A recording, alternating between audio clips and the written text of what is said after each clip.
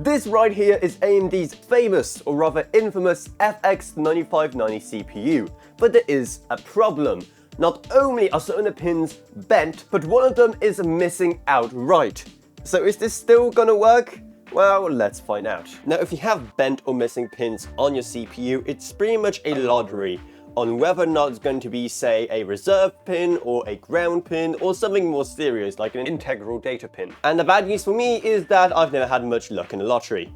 But surprisingly, despite the fact that it had a few bent pins, it actually seems to be seated correctly. Like, look, it's not moving or anything. Actually, no, there is a problem because these two sides are slightly more like raised compared to these two. Like, you can literally put your nail underneath the corner of the CPU here, between it and the actual socket. That's bad. So in that case, like with most problems in my life, I'm just going to pretend like it's not there until it becomes a problem. And I'm going to insert the cooler in hopes that it's going to, you know, push the CPU into place. I mean, for better or worse, everything is in, so all we have to do is press start and hope it doesn't blow up. It hasn't blown up. And now for the second test, let's see if it's gonna actually output anything.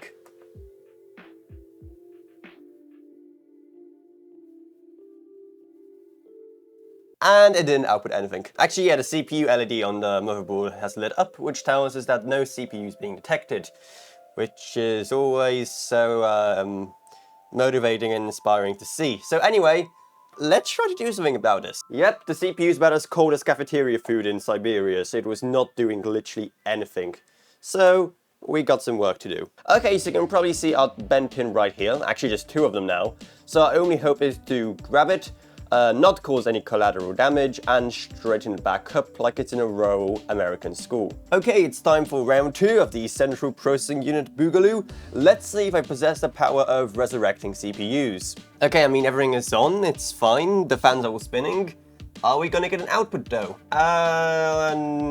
No. The only output we're getting is yet another reason for me to start drinking. Yep, the CPU light's on again, which just means that the motherboard doesn't even know that it has a CPU I overpaid for inside of it. So yeah, as you can see, some of the pins are still a bit bent, so I mean, I could give it a go straightening them back up, but the issue is that, as you can probably see, my hands shake about as much as the ones on a Wall Street bank after the delivery man arrived. Okay, yeah, I think they're all straight now, just like me, no matter what people say.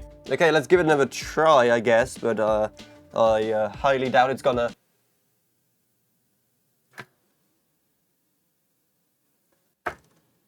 It worked! Okay, and we're actually in. We're in the BIOS, even if the CPU is missing a pin still. You know, this is like a social lesson. Just because someone is missing a body part doesn't mean that they don't work and they should be thrown off into the landfill. Now this is interesting, however. It is only detecting 8 gigabytes of RAM, even though there's 16 in the system. So, that's something to keep an eye on. But anyway, let's just go straight to Windows and see what it tells us. But okay, the second I tried to go to Windows, it stopped outputting anything.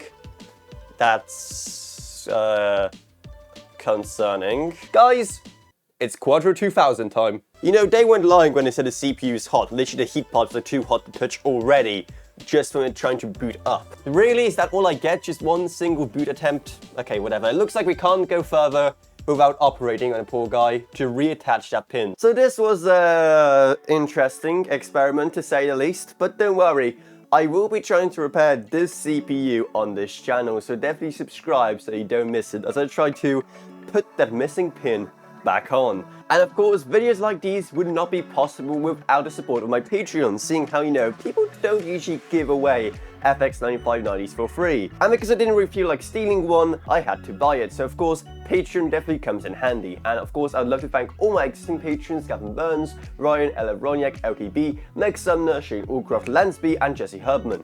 Thank you guys so much. Support truly goes a long way. So check it out down in the video description below, where you're also going to find our merch store, our Discord server, and our social media links as well. But anyway, that's about it, so I hope you enjoyed this video. If you did, then remember, subscribe, like, whatever, and I'll see you all in whatever I make next.